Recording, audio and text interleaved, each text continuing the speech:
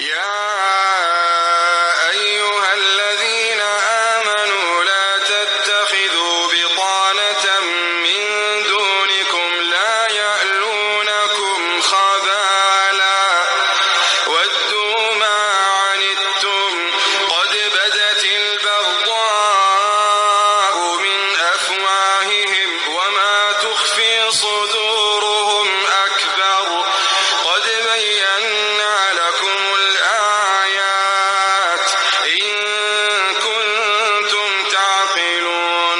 هغه کسونه چې ایمان راوړی دی د خپل مسلمانانو نه غیر بل څوک رازدار دوست مه جوړوئ.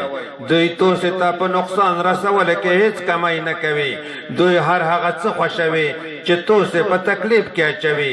یقینا د دې د خولې څخه ځینې کینه او بغض ښکاره شوی دی او هغه بغض کینه چې د دوی سینې یې پټوي هغه ډېر لوی دی.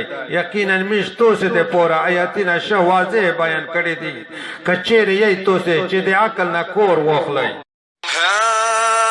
أنتم أولئك تحبونهم ولا يحبونكم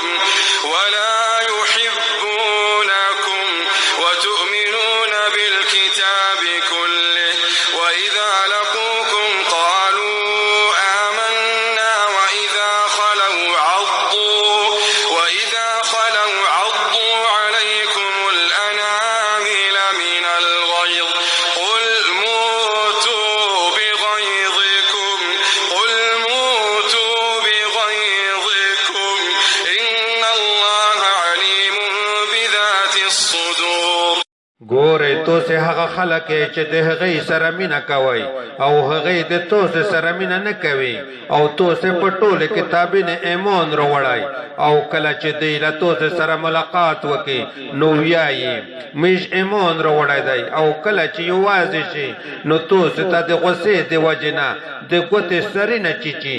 ورته ووایئ په خپلې غوسې سره مړه شئ. بېشکه الله تعالی ښه پوه دی په هغه خبرې چې په سینې زړونو کې دي. إن تمسسكم حسنة تسؤهم وإن تصبكم سيئة يفرحوا بها وإن تصبروا وتتقوا لا يضركم كيدهم شيئا إن الله بما يعملون محيط. چیرې تاسو ته څه شکړه در ورسېږي نو هغه دوی لره خفه کوي او که چیرې تاسو ته څه بدي تکلیف در ورسېږي نو دوی په هغه باندې خوشحالیږي او که تاسو صبر وکئ او د دوی د دوستۍ نه ځان وساتئ نو د هغې چل او پرې به تاسو ته هیڅ ضرر هم در ونه رسول شي. بېشکه چې الله تعالی د هغې کورونه چې دوی کوي شر و ګروینکی دی.